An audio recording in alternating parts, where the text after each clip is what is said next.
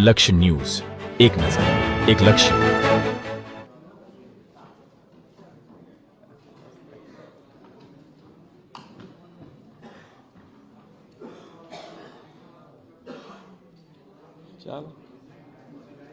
ચાલુ કરીએ ભાઈ. સર્વપ્રથમ તો આપ સૌ પત્રકાર મિત્રોનું આજે મુખ્યમંત્રીશ્રીની અતિ મહત્વની પ્રેસ કોન્ફરન્સમાં રાજ્ય સરકાર વતી હું આપ સૌનું ખૂબ ખૂબ સ્વાગત કરું છું. આજે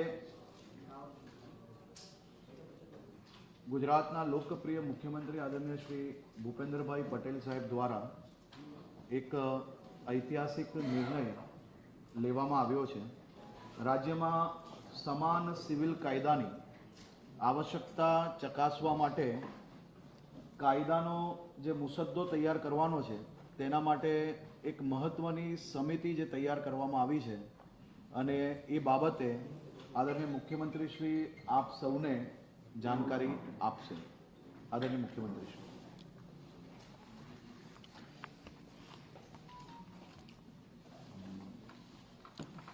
નમસ્કાર. આપણે સૌ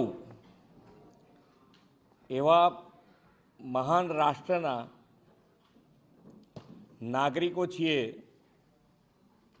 કે ભારતીયતા આપણો ધર્મ છે અને બંધારણ આપણું ધર્મ ગ્રંથ છે. ભારતનું બંધારણ નાગરિક ધર્મ નિભાવવા માટે સૌનું પથદર્શન કરતું આવ્યું છે. વિશ્વ નેતા અને લોકપ્રિય વડાપ્રધાન શ્રી નરેન્દ્રભાઈ મોદીના નેતૃત્વમાં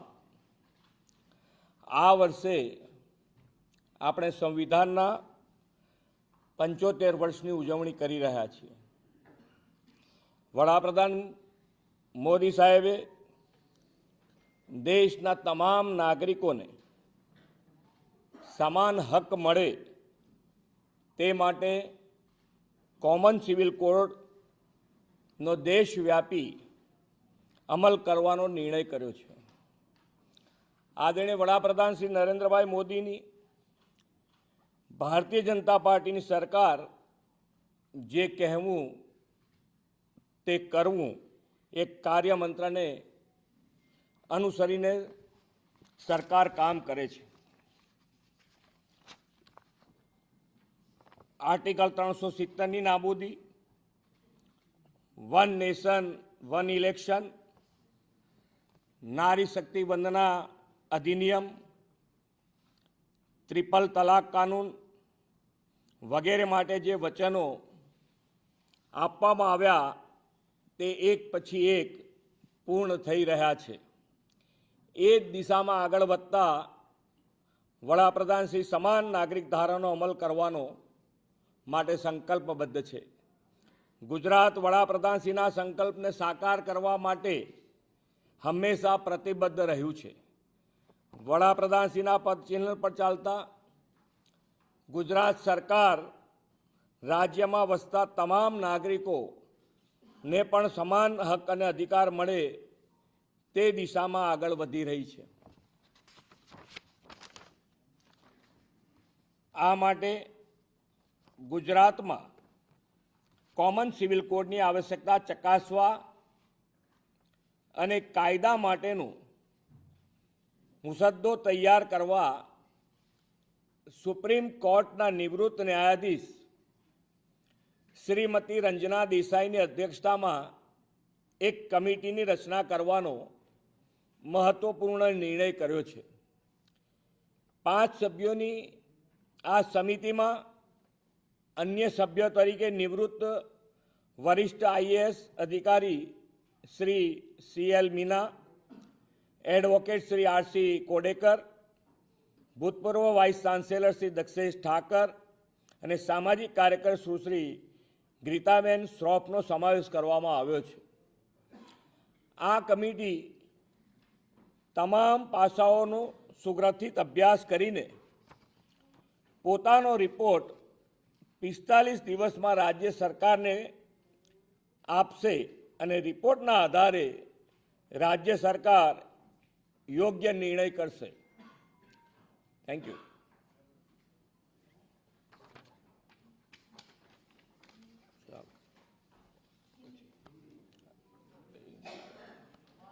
हिंदी को क्या हुआ तो कर પ્રશ્ન પતાવી લે.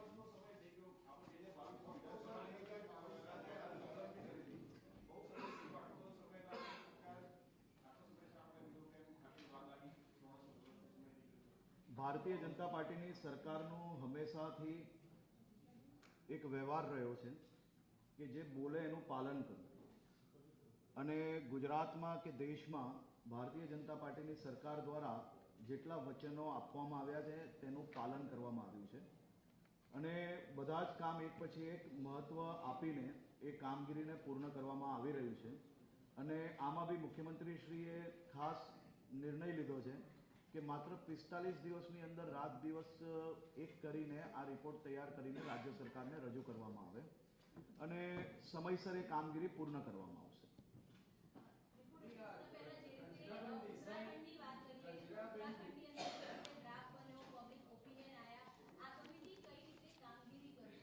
દરેક રિપોર્ટ એક જ નિયમના આધારે બનતા હોય છે અને રિપોર્ટ બનાવતી વખતે આ બધા જ વિષયોનું ધ્યાન રાખવામાં આવશે.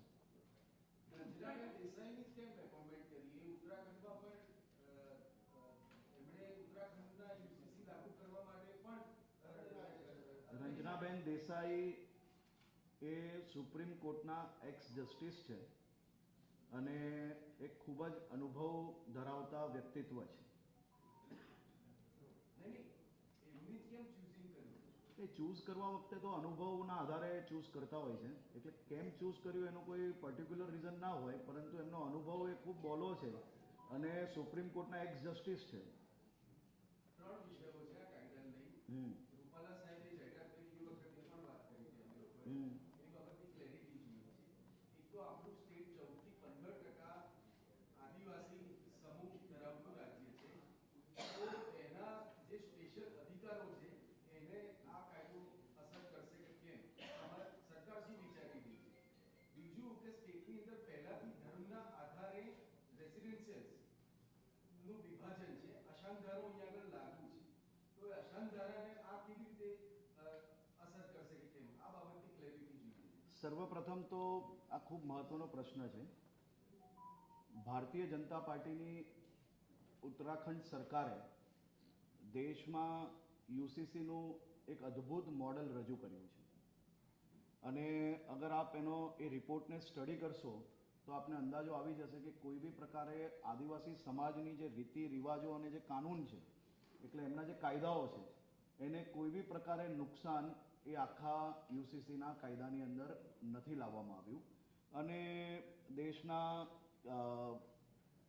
ગૃહમંત્રી આદરણીય શ્રી અમિતભાઈ શાહ સાહેબે બી ઝારખંડમાં એક સભા દરમિયાન દેશભરને સંબોધતા એમને કહ્યું છે કે યુસીસીના કાયદામાં આદિવાસી સમાજને અમે જે બી રાજ્યની અંદર કાયદો લાવશો ત્યાં સંપૂર્ણ ચિંતા કરીને આદિવાસી સમાજના રીતિ રિવાજો અને એના જે કાયદાઓ છે તેનું સંરક્ષણ સંપૂર્ણ કરવામાં આવશે. અને ખાસ કરીને તમે જે અશાંત ધારાની વાત કરી, અશાંત ધારા અને યુસીસીને કોઈ બી પ્રકારનું કોન્ફ્લિક્ટ એમાં થતું નથી. એ ધર્મના આધારે વિભાજિત નથી થયા, એ ક્યાંક ને ક્યાંક ત્યાં જે કાનૂન પરિસ્થિતિ હોય, ત્યાં જે ઘટનાઓ થઈ હોય એના આધારિત આપણે નક્કી કરતા હોઈએ છીએ.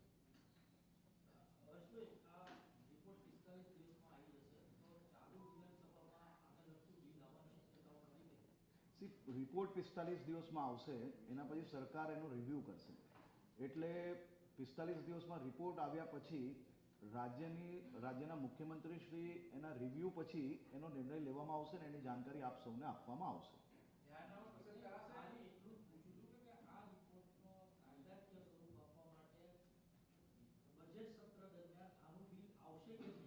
મેં આપને એ જ કહ્યું કે 45 દિવસમાં સરકારને જ્યારે રિપોર્ટ રજૂ કરવામાં આવશે તે પછી સરકાર દ્વારા એનો આખો રિપોર્ટને રિવ્યૂ કર્યા પછી જે અનુકૂળ સમય હશે તે વખતે મુખ્યમંત્રી શ્રી નિર્ણય લઈને એને વિધાનસભામાં લાવશે.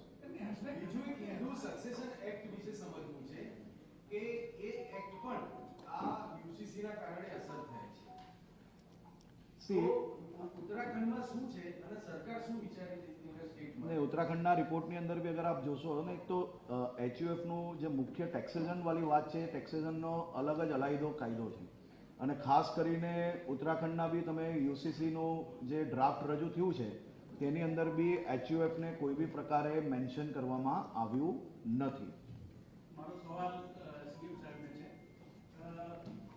UCC અને હિન્દુ કોડ બંને વચ્ચે ડિફરન્સ શું છે એ તમે મને સમજાવી શકો? હિન્દુ કોડ અને UCC આ વચ્ચેનો ડિફરન્સ તમે શું છે એ મને સમજાવી શકો?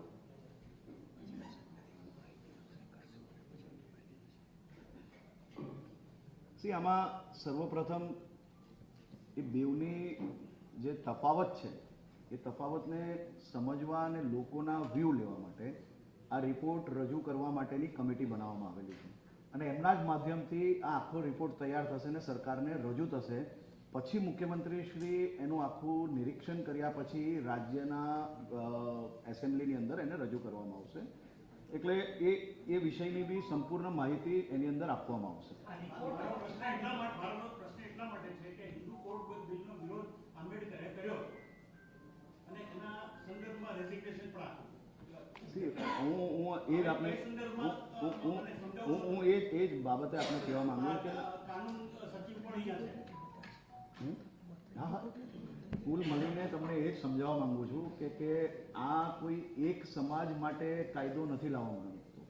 UCC એટલે કે બધા જ સમાજ માટે એક સમાન કાયદો લાગુ પડે તે માટે એના માટે જ UCC લાગુ કરવામાં આવે. અને બીજો વિષય છે કે એનું જ્યારે રિસર્ચ અને એના માટે જે કમિટી બનાવવામાં આવેલી છે અને કમિટીના રિપોર્ટના આધારે જે દિવસે રિપોર્ટ રજૂ થશે તે દિવસે જરૂરથી તમને આ વિષયમાં ડિટેલ્ડ માહિતી આપવામાં આવશે. આ કમિટી કોને કોને મળશે અને લોકોના વ્યૂ કઈ રીતે લેશો?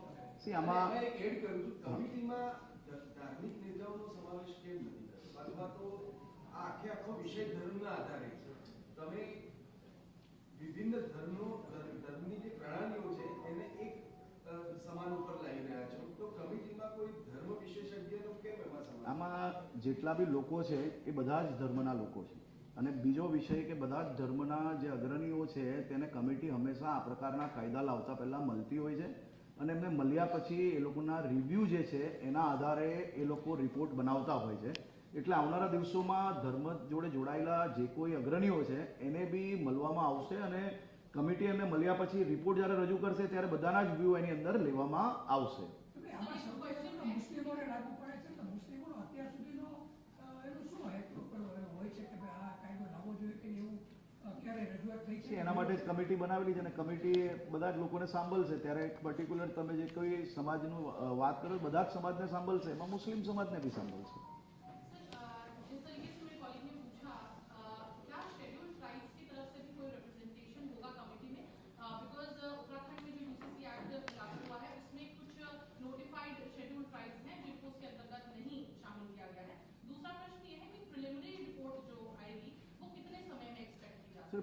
पहले ही मुख्यमंत्री जी ने बताया कि विद इन 45 डेज ये रिपोर्ट को सरकार में पेश किया जाए, इसी प्रकार से हुक्म किया गया है और ये कमेटी उसके लिए कटिबद्ध है. आने वाले 45 दिन के अंदर ये रिपोर्ट पेश करेगी.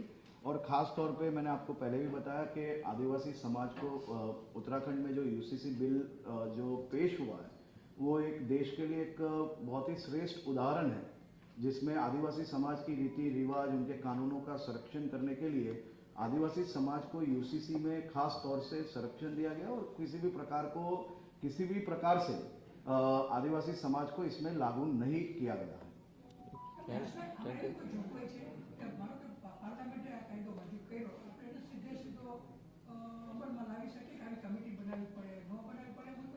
અમે તો નિષ્પક્ષ રીતે ટ્રાન્સપરન્સી રીતે કામ કરનાર સરકાર છે અને સરકાર દ્વારા બધા જ લોકોને સાંભળીને ટ્રાન્સપરન્ટ નિર્ણય લેવામાં આવી રહ્યો છે. એનું આ શ્રેષ્ઠ ઉદાહરણ તમે જ આપ્યું કે આ કમિટી દ્વારા આવનારા દિવસોમાં બધા જ લોકોને સાંભળીને એક શ્રેષ્ઠ નિર્ણય લેવાય જેનાથી સમાજને બધા જ સમાજને આ કાયદાથી ફાયદો થાય. આભાર. Okay, thank you.